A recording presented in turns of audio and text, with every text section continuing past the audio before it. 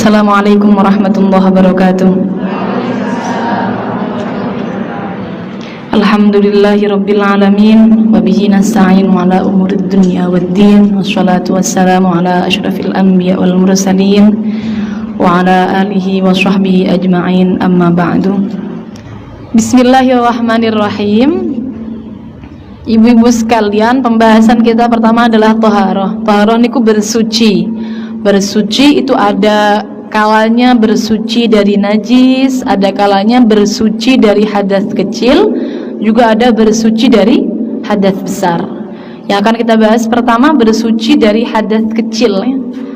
Atau namanya wudhu, seperti biasa kita sebut wudhu. Setiap hari kita minimal wudhu 5 kali. Kalau batalan seperti kaulo, wudhunya 5 kali setiap sholat wudhu. Karena kaulo cenderung orangnya suka batal, sering gampang batal. Minimal kita wudhu 5 kali. Coba kita paskan, panjenengan semua insya Allah sudah tahu semua. Fardu wudhu ada 6. Fardu wudhu ada 6. Yang pertama membasuh wajah, yang kedua membasuh kedua tangan hingga siku-siku, yang ketiga mengusap sebagian kepala, yang keempat ada yang kurang? Oh salah nggih, yang pertama niat nggih. Masyaallah, jenengan komboten ngilingke kula. Yang pertama niat, Masya Allah. Yang pertama niat, baru yang kedua membasuh wajah, yang ketiga membasuh kedua tangan hingga siku-siku, yang keempat mengusap sebagian kepala, kemudian yang kelima membasuh kedua kaki hingga mata kaki. Telinga bukan termasuk fardu ibu-ibu. Nah nanti ini pembahasannya seru nih ibu-ibu. Telinga bukan termasuk fardu. Jadi ini fardunya 6. Fardunya 6, niat, muka, tangan, kepala, kaki, tartib. Yang selanjutnya terakhir adalah tartib, urut. Nah ini dia ibu-ibu sekalian. Dalam wudhu itu ada syaratnya. Syaratnya yang pertama harus Islam. Kita sebelum bahas masuk fardunya, kita bahas syaratnya dulu. Syaratnya yang pertama harus Islam. Orang kafir mboten bareng wudhu atau wudhunya tidak akan sah. Kemudian yang kedua harus tamyiz. Tamyiz itu bisa membedakan mana yang baik dan buruk. Atau kalau anak kecil biasanya sudah bisa cebok sendiri. Sudah bisa cebok sendiri kira-kira umur berapa? Kira-kira umur 6, 7 niku sudah tamyiz. Ini berarti wudhunya bisa sah nih, bisa sah. Kemudian yang selanjutnya suci dari haid dan nifas. Tidak boleh haid, tidak boleh nifas. Kalau orang haid dan orang nifas berarti wudhunya tidak sah. Orang haid udah kadung kebiasaan wudhu, gimana? Bingin wudhu. Orang haid itu sedang membawa hadas besar. Wudhu tujuannya menghilangkan hadas kecil. Yang kecil, wong yang besar saja masih dibawa, masa mau menghilangkan yang kecil? Nah, niku namanya. Jadi kalau di dalam kitab wudhunya orang yang haid tidak sah. Tidak sah. Bahkan kalau semerap tidak boleh wudhu. Kok panggah wudhu? Niatnya nawaitul wudhu'a, niat wudhu, maka justru malah sampai bisa haram. Seperti orang haid kan gak boleh sholat, terus sengaja melakukan sholat, hukumnya adalah haram. Nah sama wudhu juga seperti itu. Kadung punya kebiasaan wudhu, daimul wudhu, terus bagaimana kalau haid? Ya berarti kebiasaannya dialihkan kebiasaan baik yang lain. Mungkin kalau sedang haid biasanya daimul wudhu itu kan suatu kebiasaan yang baik. Maka kalau haid lisannya jangan berhenti membaca zikir. Boleh sholawat, boleh apa saja zikir. Itu sebagai ganti mungkin biasanya daimul wudhu. Ya bagaimana lagi? Mau bagaimana lagi orang haid membawa hadas besar tidak diperkenankan untuk wudhu. Jadi orang haid suci dari haid dan nifas termasuk daripada syarat sahnya wudhu. Kemudian yang selanjutnya tidak boleh ada sesuatu yang menempel pada anggota wudhu yang dapat merubah air. Contohnya bagaimana contohnya? sesuatu yang menempel pada anggota wudhu yang dapat merubah air. Contoh, kita kan cewek-cewek, perempuan-perempuan biasanya pakai hand body, pakai masker, pakai lulur. Semisal jenengan lagi luluran tangan, lagi luluran sebadan, kemudian ingin wudhu setelahnya. Nah, nanti airnya ini untuk basuhan pertama masih ada lulurnya, kemudian kita bersihkan pakai air. Pasti airnya berubah menjadi air lulur, menjadi putih, pasti. Tidak hanya lulur, apa saja yang bisa merubah airnya dengan perubahan yang banyak. Maksudnya bagaimana merubah itu, yang perubahan yang banyak? Ada perubahan itu sedikit, ada perubahan yang banyak, ibu-ibu. Perubahannya bagaimana? Sampai airnya tidak lagi dijuluki air. Loh, kok ngonten? Ngeten ibu-ibu. Niki air aqua nggih. Bening, coba saya taruh air ini di gelas, namanya air gelas. Nggih? Air ini saya taruh di ember, namanya air ember. Namanya airnya nggak punya nama airnya, namanya air mutlak. Air yang tidak punya nama. Kalau semisal air ini kecampuran lulur sampai butek, saya taruh di gelas, namanya air lulur. Atau kecampuran semisal panjenengan lagi semisal teh lah, teh, semisal kena teh, walaupun toh di botol tidak akan ada yang menyebutnya air aqua, pasti menyebutnya air teh karena sudah tercampur. Kalau namanya sudah berubah, berarti perubahannya pasti banyak. Jadi perubahan yang sampai merubah nama air, perubahan yang banyak. Kalau hanya sedikit, contoh nggih, contoh panjenengan di rumah kan baknya besar, terus jenengan sabunan, lalu nyucinya, membersihkannya di dalam bak, budek nggih biasanya di dalam baknya. Apakah sampai merubah namanya menjadi air sabun? Boten nggih, boten, pasti cuma air yang kecampuran sabun. Karena kembali bening lagi, perubahannya hanya sedikit. Jadi kalau perubahannya tidak banyak, tidak masalah. Yang masalah adalah perubahannya yang banyak. Kalau perubahannya banyak, maka tidak memenuhi syarat sah wudhu. Jadi panjenengan harus paskan. Misal pakai hand body. Hand body itu kan ada yang tebal, ada yang tipis. Kalau pengaplikasiannya itu hanya sedikit, cuma tipis-tipis mawon, pas wudhu digosok niku tidak sampai merubah airnya, maka ya berarti tidak masalah. Tapi kalau panjenengan kalau pakai hand body itu sampai banyak, ketika kena air, airnya langsung putih, benar-benar putih. Jadi air hand body benar-benar bau wangi air hand body. Nah, nanti ini berarti merubah air. Nah, itu berarti tidak memenuhi syarat wudhunya. Jadi tidak boleh ada sesuatu yang menempel di anggota wudhu yang bisa merubah air, baik baunya, warnanya, atau rasanya. Kadang nggak ada warnanya tapi rasanya pahit. Contohnya apa? Contohnya mungkin krim skincare. Ada skincare mungkin yang nggak ada warnanya, tapi kalau dirasakan sebenarnya ada rasanya, itu juga bisa. Atau apa saja, merubah tiga hal ini. Boleh bau, antara bau, rasa, atau warna. Tidak boleh ya ada itu seperti itu di tubuhnya kita. Soalnya perempuan, di ibu-ibu kita setiap hari pakai hand body, kadang-kadang pakai masker, kadang-kadang pakai lulur. Jadi kalau mau wudhu dihilangkan terlebih dulu. Atau panjenengan mungkin kalau mau wudhu cuci muka dulu, maka sebelum niat itu sabunnya harus bersih dulu. Hilangkan busa-busanya dulu, baru kemudian basuh untuk pembasuhan wudhu. Mantan ya. Kemudian yang selanjutnya, tidak ada sesuatu yang mencegah sampainya air pada kulit. Contohnya apa? Contohnya kutek. Kutek niku ada ya, kan kutek niku sebutan ya, sebutan untuk mewarnai kuku ya. Ada yang bisa diklentek, diklentek, ada yang nggak bisa.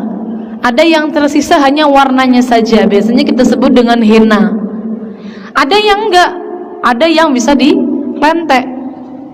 Kalau sekarang kutek niku henna, kadang-kadang orang nyebutnya juga kutek, makanya tergantung bisa diklentek napa mboten. Lek bisa diklentek berarti mencegah sampainya air. Walaupun toh sakniki niku macam-macam ibu-ibu. Sakniki niku ada yang namanya kutek tapi klaimnya halal wudu. Menurut pabriknya ini bisa menyerap air. Kalau bahasa Inggrisnya breathable, bisa menyerap. Padahal di dalam konsepnya wudu, kalau tangan ibu-ibu mengusap atau membasuh? Mengusap tangan atau membasuh tangan? Membasuh. Kalau membasuh itu berarti airnya harus mengalir. Gak cukup kita mau mboten cekap, harus dialirkan, airnya ngalir. Nah, kalau semisal hanya diresapi mawon, kan belum sampai membasuh. Jadi kalau kutek, kiranya ibu-ibu pakai kutek, walaupun toh yang jual bilang kutek yang bisa diklentek loh nggih, yang bisa diklentek, walaupun toh yang jual ini ngaku ini boleh jenengan pakai wudu, kok bagusnya ndak usah nggih, pakainya kalau pas haid mawon. Jadi mboten usah dipakai ketika sholat, pas suci, pas akan sholat, pas mau wudu dihilangkan dulu. Atau apa saja, seperti tip X atau make up. Nah ini dia perempuan, make up apalagi yang klaimnya waterproof. Waterproof niku artinya napa? Anti air. Berarti kalau kena air pasti masih ada. Apalagi itu, kalau kena air masih ada, berarti tentu tidak akan sampai airnya pada bagian yang wajib dibasuh dan wajib diusap. Pasti tidak akan sampai, sehingga harus dihilangkan terlebih dulu. Maskara, bedak yang tebal, bedak kalau bedaknya tabur, ini kan biasanya meresap ibu-ibu. Jadi kalau diambil nggak ada biasanya kalau tabur. Kalau foundation pasti jelas ya, sesuatu yang kalau dihilangkannya butuh menggunakan make up remover, pasti menghalangi air. Kalau dihilangkan menggunakan make up remover baru bisa hilang, pasti menghalangi air. Kalau tidak harus menggunakan make up remover belum tentu tidak menghalangi air, belum tentu. Bisa jadi menghalangi, bisa jadi mboten. Bagaimana cara tahunya? Ya semisal celak niku ibu-ibu nggih. Kalau celak niku, kalau celaknya tebal, kira-kira airnya tidak akan sampai pada kulitnya, maka berarti ya ditipiskan dulu. Semisal cuma tipis, kira-kira tidak sampai menghalangi air. Kalau sampai tebal pasti menghalangi. Jadi harus ditipiskan terlebih dulu, atau kalau lebih baik dihilangkan terlebih dulu. Mungkin yang setiap hari pakai alis harus dihilangkan terlebih dulu baru kemudian wudu. Lipstik pun juga begitu. Yang boleh tersisa semisal cuma tersisa warnanya mawon. Maksudnya bagaimana? Contoh, panjenengan tuh kan ada lip tint ya ibu-ibu, lip tint niku atau tinta panjenengan kalau coblosan. Nah, itu yang nempel tidak ada bendanya, hanya tersisa warnanya saja. Mungkin yang ibu-ibu gaenane niku ten griyon damel yang berhubungan dengan sumbo. Napa sumbo? Kunir. Kunir napa sumbo damel jajan, sumbone abang. Sumbonya merah, pewarna makanannya merah, tangannya merah. Nah, ini sisa warnanya saja. Kalau sisa warnanya saja maka tidak masalah, tidak menghalangi air. Biasanya kalau sisa warnanya saja juga tidak akan merubah air. Tidak akan merubah air. Warnanya tidak akan merubah airnya. Jadi nempletan gini kulitnya, nempletan kulit. Jadi tolong dibedakan antara yang hanya sisa warnanya saja seperti henna, sisa warnanya saja, kunir, warna makanan, tinta, sisa warnanya saja, dan juga yang masih ada bendanya. Kalau masih ada bendanya seperti make up dengan segala macam make upnya, kalau masih ada bendanya harus dihilangkan terlebih dulu. Ini untuk syarat sah wudu yang nomor 5. Kemudian yang selanjutnya 6, tahu akan kefarduan wudu.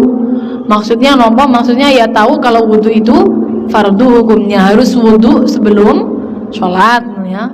Seperti itu saja. Yang selanjutnya tidak meyakini fardunya sebagai sunnah. Nah, tadi kan kita sudah di awal menyebutkan fardu wudu ada 6.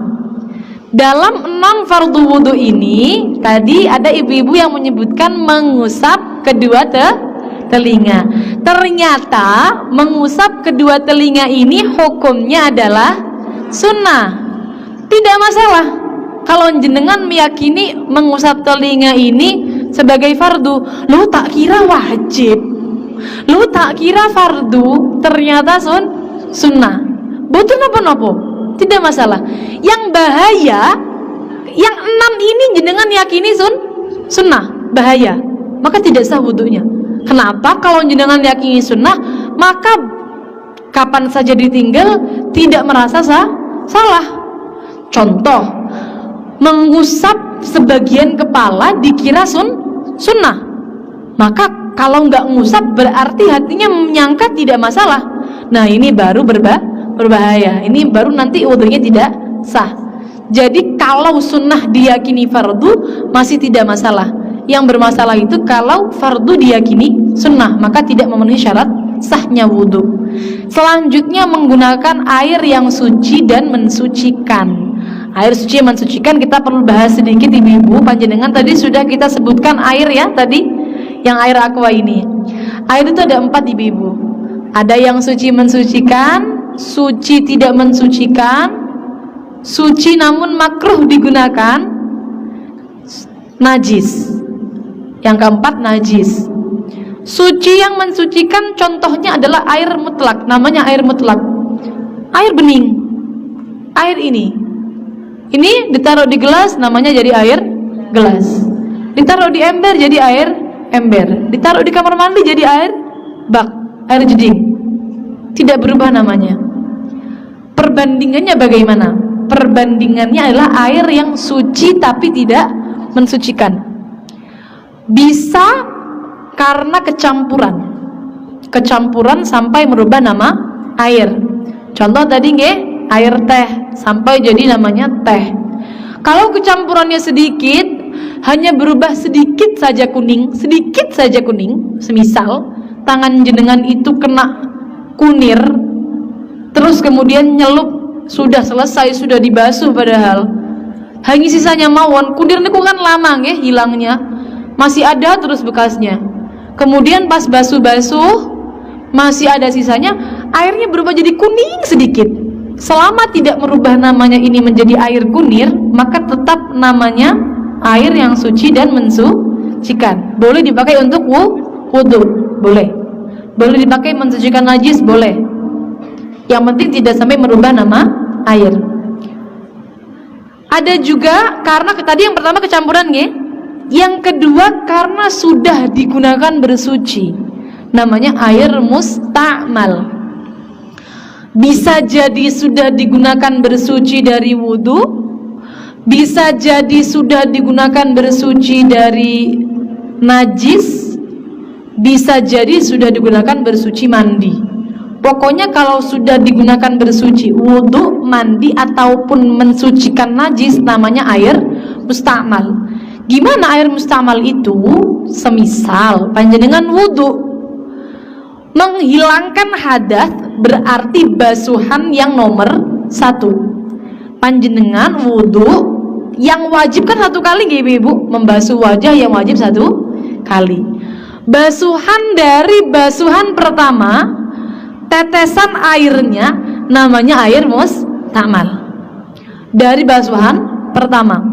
Kok bisa basuhan pertama? Karena yang menghilangkan hadas adalah basuhan pertama. Basuhan kedua, ketiga hukumnya sunnah. Faham dereng ibu-ibu? Coba kalau ulang lagi. Dalam wudhu itu kan meniga kalikan basuhan, usapan, hukumnya adalah sunnah. Sehingga yang menghilangkan hadas niku yang nomor satu, yang wajib mawon. Maka yang dihukumi mustakmal, air yang sudah digunakan bersuci, itu yang dari basuhan pertama. Panjenengan kalau wudhu di jedingnya itu dilihat-lihat dulu ibu-ibu, airnya banyak apa sedikit. Ada namanya air banyak, ada namanya air sedikit. Air banyak itu kalau sudah 2 kullah. 2 kullah itu seberapa? 2 kullah itu kalau ukuran kotak, panjang kali lebar kali tinggi 60 cm. Paling gampang niki jenengan mengukur pakai ini. Panjang kali lebar kali tinggi 60 cm. Ya, kecilnya berarti nggih? Tidak harus banyak kan mboten. Panjang kali lebar kali tinggi 60 cm.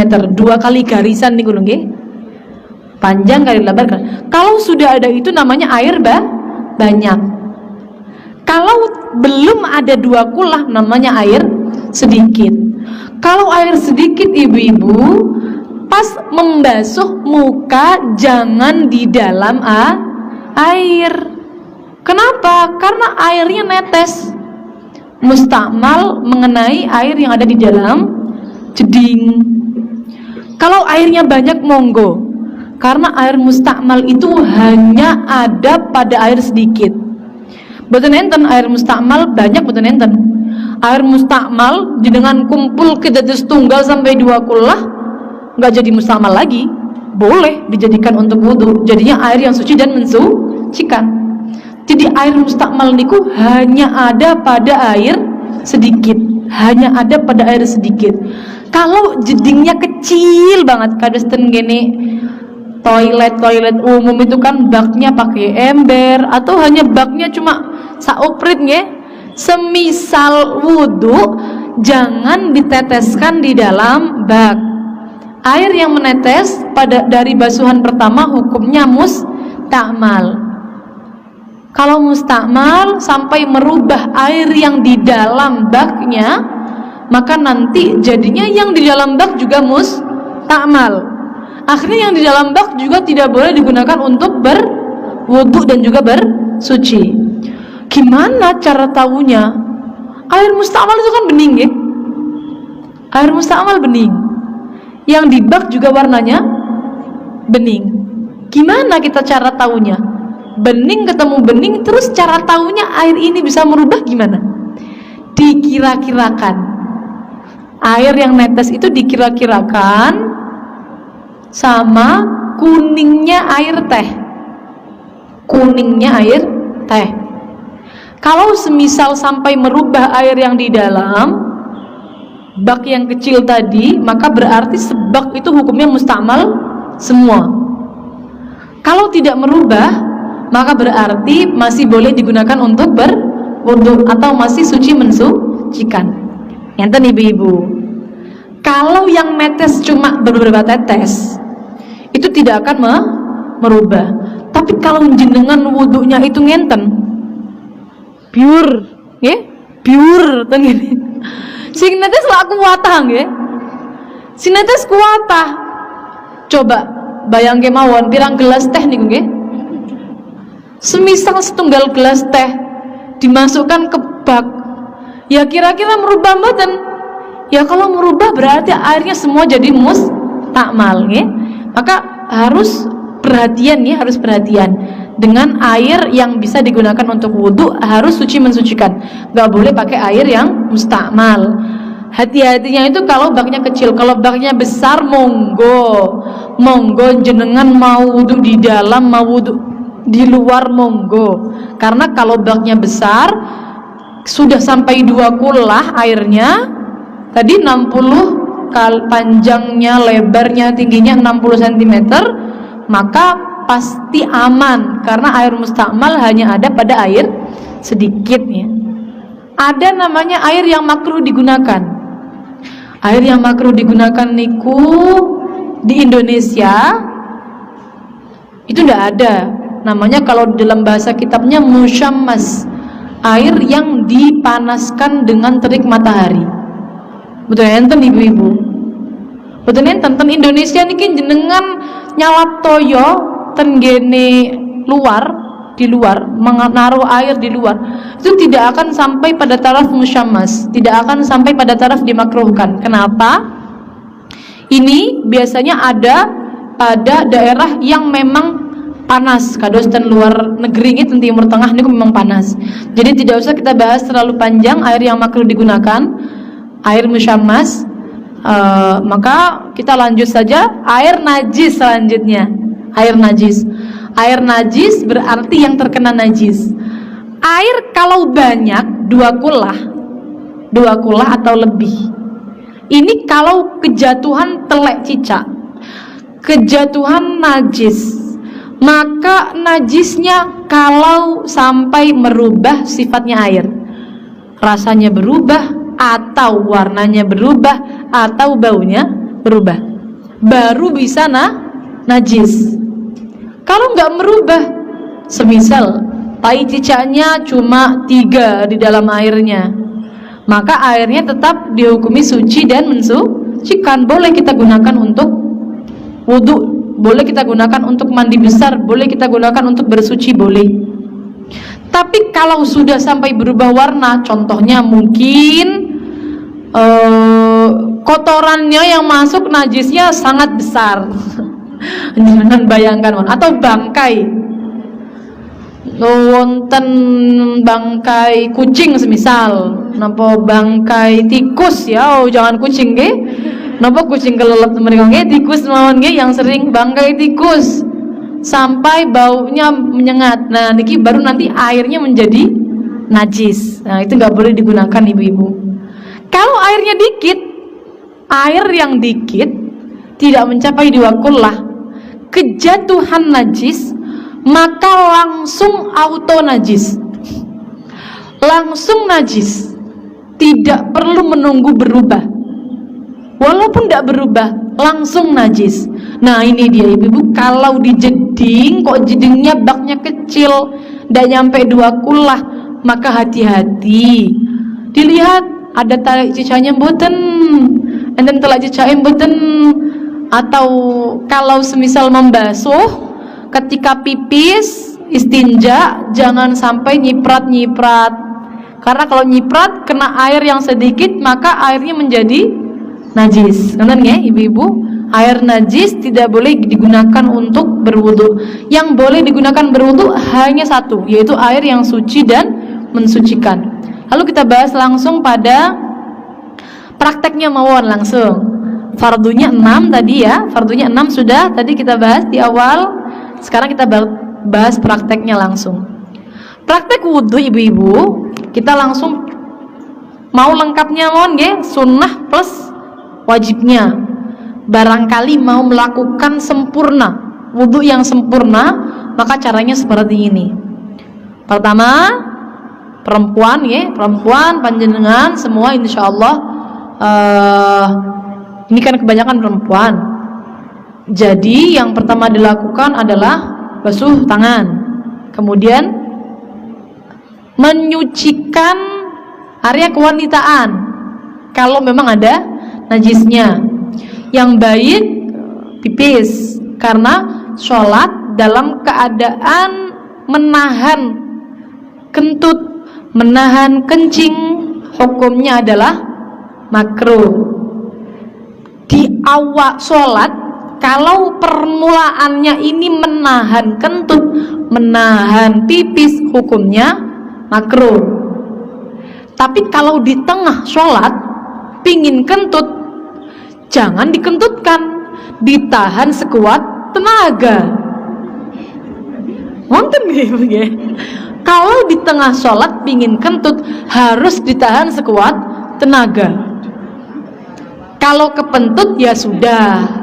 Kepentut berarti kan tidak ada daya dan kuasa untuk menahan. Tidak kena dosa, nggak masalah. Tapi kalau masih ada kekuatan untuk nahan, tahan sampai selesai. Kalau munculnya di tengah-tengah sholat. Kalau di awal sebelum akan sholat, maka kalau menahan pipis, BAB, kentut, keluarkan, lepaskan.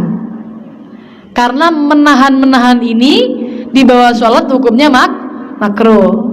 Jadi sebelum wudhu istinja dulu, pipis dulu atau istinja dulu. Barangkali ibu-ibu di sini keputihan niku hukumnya najis, nggih? Keputihan hukumnya najis. Keputihan yang dari dalam hukumnya najis ibu-ibu. Yang warnanya kuning itu najis.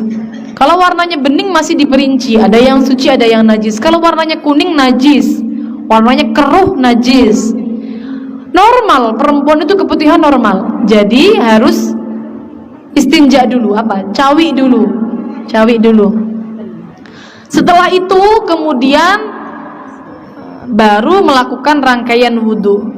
Setelah istinja, setelah itu baru kemudian kalau mau niku nggih, mau mau lengkap nggih, membasuh kedua telapak tangan lagi. Setelah ini saya sunnah, ini sunnah. Saya sebutkan nanti yang mana yang sunnah, mana yang wajib. Niki sunnah. Setelah itu siwakan, sunnah siwakan. Siwakannya pakai apa? Sikat gigi ada, sikat gigi nggak apa-apa. Sikat gigi boleh.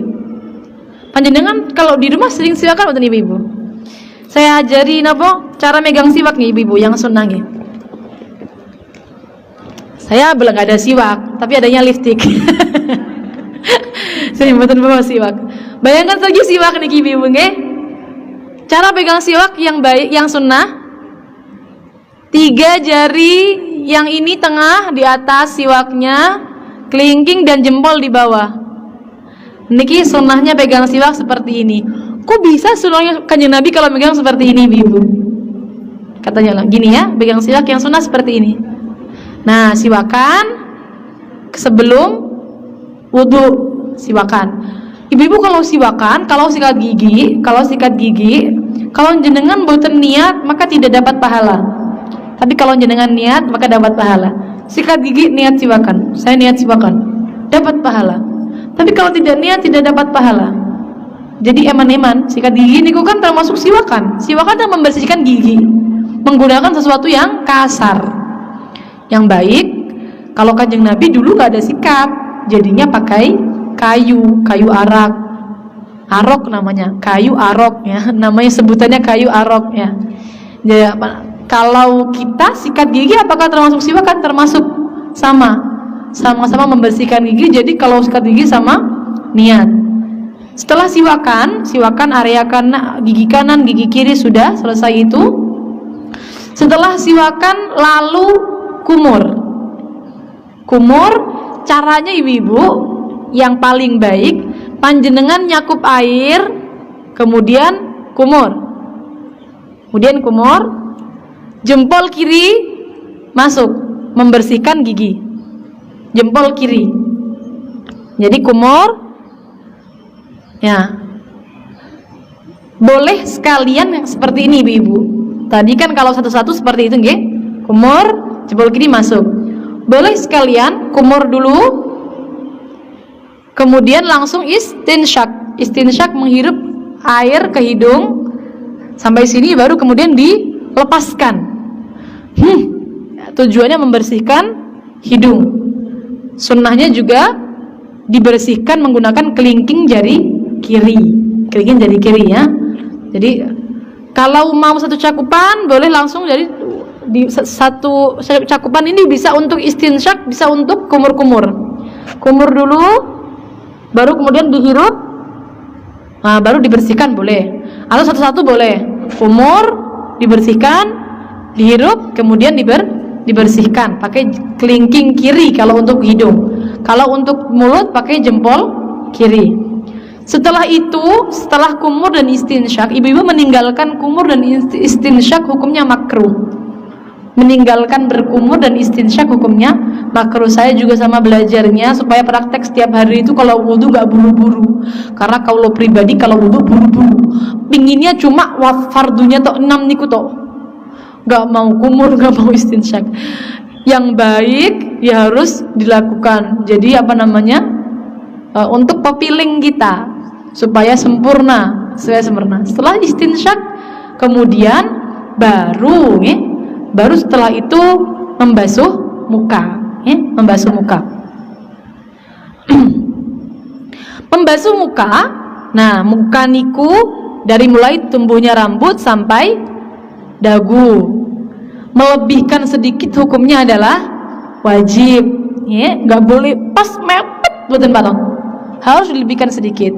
Untuk lebarnya dari anak telinga satu ke anak telinga yang lain harus dilebihkan sedikit. Harus membasuh niku airnya harus mengalir. Airnya mengalir nggak boleh cuma ngusap.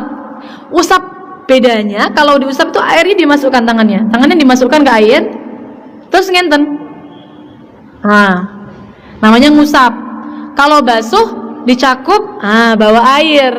Nah, ini namanya membasuh. Kalau ngusap cuma dibasahi tok tangannya, namanya ngusap. Setelah membasuh muka, ketika membasuh muka, jangan lupa ibu-ibu, ada hal-hal yang ada tempat-tempat yang sangat rentan. Ujung mata niki tempatnya belek. Padahal tempat belek, tempat kotoran mata itu adalah anggota zahir, anggota yang wajib dibasuh saat berwudu. Nah, harus dihilangkan. Kalau ibu-ibu sering pakai celak kayak saya, itu pasti ada beleknya di sana. Pasti ada. Jadi harus hati-hati. Bagian ujung mata untuk diperhatikan. Setelah itu, setelah membasuh muka dari atas yang sunnah atas dulu baru bawah. Jadi kalau membasuh itu begini ibu-ibu. Begini atas ke bawah. Yang sunnah seperti itu. Boten kadang-kadang kan ada yang tidak beraturan ya. Kadang-kadang ada yang tidak beraturan ya. Kadang-kadang ada yang pokoknya rata, ngoten nggih. Yang sunnah atas dulu baru bawah. Setelah selesai membasuh muka, baru setelah itu membasuh kedua tangan. Kalau membasuh kedua tangan ibu-ibu, yang sunnah dari kuku dulu. Dari ujung jari. Ibu-ibu paling juga banyak yang membasuhnya dari siku-siku dulu, yang sunnah dari jari-jari dulu. Jadi modelnya kayak gini kalau basuh. Gini, airnya mengalirnya seperti ini. Ujung jari hingga kedua siku-siku. Kedua siku-siku bukan pergelangan tangan ibu-ibu. Karena ada beberapa kadang-kadang kulo lihat itu kalau pas transit di masjid-masjid ngonten, itu kalau ngelengkis niku samenten tok. Sementen ngelengkisnya. Jadi yang dibasuh cuma segini. Yang wajib niku sampai siku ikut kebasuh. Bahkan wajib melebihkan sedikit. Jangan press, lebihkan sedikit. Ya. Sunnahnya dilebihkan sampai separuh lengan atas. Sunnah dilebihkan sampai separuh lengan atas. Caranya membasuhnya dari ujung, kemudian dialirkan ke bawah, ngeten nggih? Sunnah digosok-gosok ibu-ibu, dari mulai wajah tadi sunnah digosok, tangan juga sunnah digosok. Barangkali ibu-ibu itu kan kalau wudu di bak itu kan bisa nggih? Wudunya nyelup kan bisa. Nah, masukinnya begini, seret. Tetap sunnah untuk digosok ya, tetap sunnah digosok. Memastikan airnya mengalir semua. Jangan lupa ibu-ibu kalau pakai cincin seperti kulo, cincin juga sunnah untuk digerakkan. Bila mana cincinnya longgar, kira-kira cincinnya ini sudah bisa teraliri air. Tapi kalau cincinnya seret, kira-kira nggak digerakkan ini nanti nggak kemasukan air, wajib untuk digerakkan supaya airnya bisa mengalir ya masuk. Ini perempuan ini kan penuh dengan perhiasan. Jenengan misal pakai cincinnya seret harus digerakkan. Kalau cincinnya nggak seret, sunnah digerakkan ya, itu tangan. Setelah tangan kanan dulu baru kiri. Tadi membasuh muka yang kurang adalah meniga kalikan basuhan. Tadi kalau belum bilang ya, sunnah 3 kali. Kemudian tangan juga begitu, sunnah 3 kali. Gimana caranya 3 kalinya? Kanan kanan kanan, apa kanan kiri kanan kiri kanan kiri? Boleh sembarang. Yang penting yang paling dulu kah? Kanan. Boleh kanan kanan kanan, boleh kanan kiri kanan kiri kanan kiri boleh. Yang penting 3 kali, sunnah 3 kali. Setelah itu mengusap sebagian kepala. Yang wajib hanya sebagian kepala ibu-ibu. Kepala niku ngenten nggih. Yang wajib kepalanya lho nggih, bukan rambutnya. Rambut itu bagian dari kepala. Tapi tidak semua rambut ada pada kepala. Contoh, rambutnya kalau kita kan panjang. Rambut yang di sini yang semisal rambut niku kalau ke depan diarahkan ke depan, kalau ke belakang diarahkan ke belakang. Rambut poni niki kan mestinya jalurnya ke depan. Mengusap ujung poni niki belum mencukupi. Karena keluar dari batas kepala. Yang paling aman bagaimana?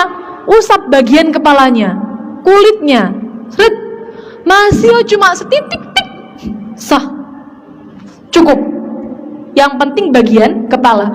Kalau rambut boleh, walaupun hanya sehelai boleh, tapi syaratnya harus rambut yang ada pada bagian kepala. Segini ya ibu, kepala niku nggih. Yang ada di sini berarti boleh, yang di luar sini berarti ndak boleh. Poni itu kan kalau dikebelakangkan kan di bagian kepala, ya nggak gitu. Tapi rambutnya kalau memang rambutnya ke depan harus dikedepankan, kalau ke belakang harus dikebelakangkan, kalau samping harus di samping. Jadi tidak boleh ditarik yang tidak sesuai pada arahnya. Nah, ini nggih, nonton nggih. Jadi mengusap rambut yang ada di kepala atau kulit kepalanya lebih aman. Sunnahnya ibu-ibu mengusap seluruh kepala. Gimana caranya? Caranya seperti ini. Intan, jempol ditaruh pada pilingan, kemudian ujung jarinya bertemu di bagian batuk, diarahkan ke belakang, seret. Kalau rambutnya pendek, maka sunnah dikembalikan lagi ke depan, seret. Kalau rambutnya panjang, maka kalau kembali malah justru akan merobak-robek rambut. Maka tidak perlu ibu-ibu, seret nonton mawon cekap, ya, ngenten ya. Nah, ini yang sunnah.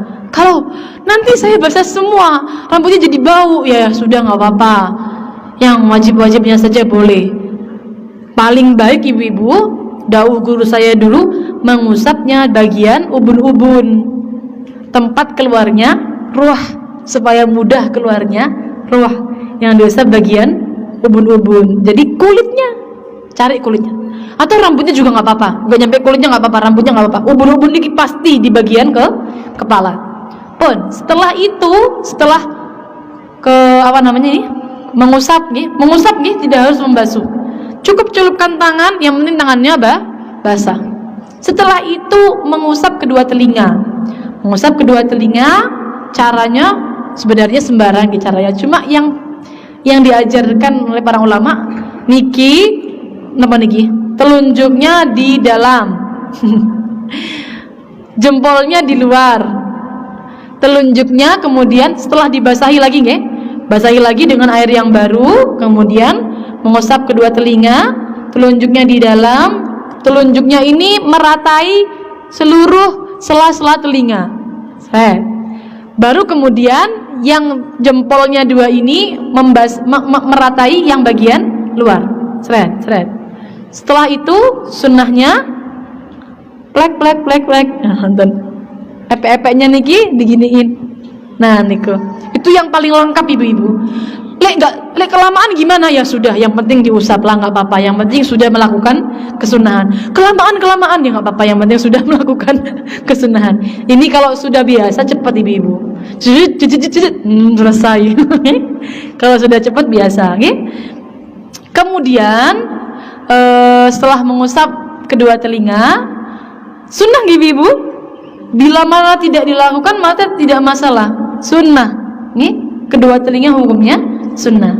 Setelah itu baru membasuh kedua kaki hingga mata kaki, yang wajib hingga mata kaki. Sunnahnya dilebihkan sampai separuh betis. Nggak sunnah kalau sampai pupu paha-paha, nggak sunnah. Yang sunnah melebihkan sampai separuh betis, ya. Yang dari semuanya tadi harus tertib berurutan, harus berurutan. Urut niku termasuk daripada fardunya wudu, termasuk daripada fardunya wudu. Jadi apa namanya? Kalau semisal jenengan pinginnya tangan dulu baru kemudian wajah, maka ndak boleh, tidak memenuhi fardunya wudu. Ya, setelah selesai membasuh kedua kaki, maka sudah selesai wudunya. Makruh bekas wudunya ini dihilangkan dengan anduk. Jadi makruh sebenarnya dihilangkan dengan anduk, dihilangkan dengan tisu, itu makruh. Kalau tidak niat menghilangkan, contohnya tidak niat menghilangkan tapi hilang sendiri, kerudungan lalu kegesek, nah nggak masalah kalau itu, nggih, tidak masalah. Setelah wudu sunnah berdoa. Sunnah berdoa, asyhadu alla ilaha illallah wa asyhadu anna muhammadan abduka wa rasuluh. Pripun ibu-ibu doanya? Asyhadu alla ilaha illallah wa asyhadu anna muhammadan abduhu wa rasuluh. Allahumma ja'alni minat tawwabin waj'alni minal mutatahhirin waj'alni min ibadikas sholihin. Sunnah wudu, sunnah doa wudu tadi menengadahkan tangan dan juga menghadap ke langit. Sunnahnya seperti itu. Niku sunnahnya wudu.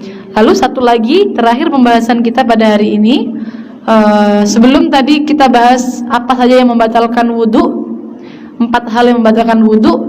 Kalau ibu-ibu pingin sempurna setelah wudu itu sunnah, sholat sunnah. Ada namanya sholat sunnah wudu, 2 rakaat sholat sunnah wudu. Ceritanya begini ibu-ibu, Kanjeng Nabi ini kan semerap, pas beliau itu Isra Mi'raj, beliau ini kan dalam hadis beliau cerita ketika Kanjeng Nabi masuk surga, Kanjeng Nabi ini ku dengar sandalnya sahabat Bilal. Ditangleti saya sahabat Bilal oleh Kanjeng Nabi. Kok bisa kamu mendahuluiku masuk surga?